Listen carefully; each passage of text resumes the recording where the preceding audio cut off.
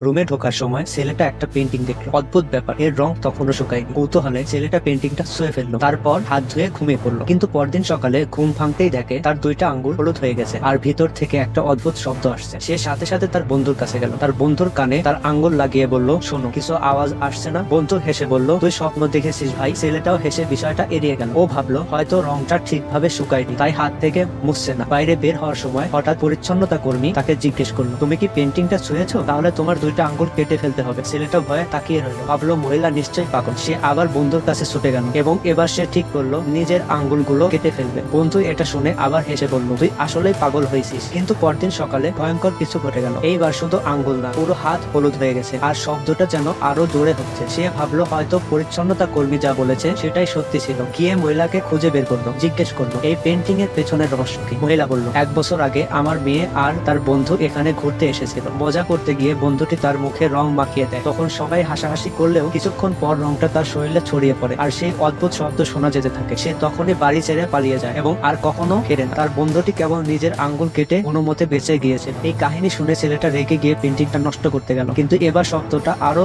ভয়ঙ্কর হয়ে উঠলো। সে দৌড়ে পার্কে গিয়ে উপস্থিত হলো। এইবার পুরো হাতে রং ছড়িয়ে পড়েছে। শব্দটা এত জোরে হচ্ছিল যে সে ঠিক করলো এখন হাতটাই কেটে ফেলবে। ঠিক তখনই তার বন্ধু তাকে খুঁজতে খুঁজতে সেখানে চলে এলো। বন্ধু হঠাৎ সেই পেন্টিংটা দেখতে পেল। সে ভালো করে তাকাতেই দেখে সেই পেন্টিং এর মধ্যে একটা কাটা হাত এবং এখনো সেই হাতে রং ঝরছে।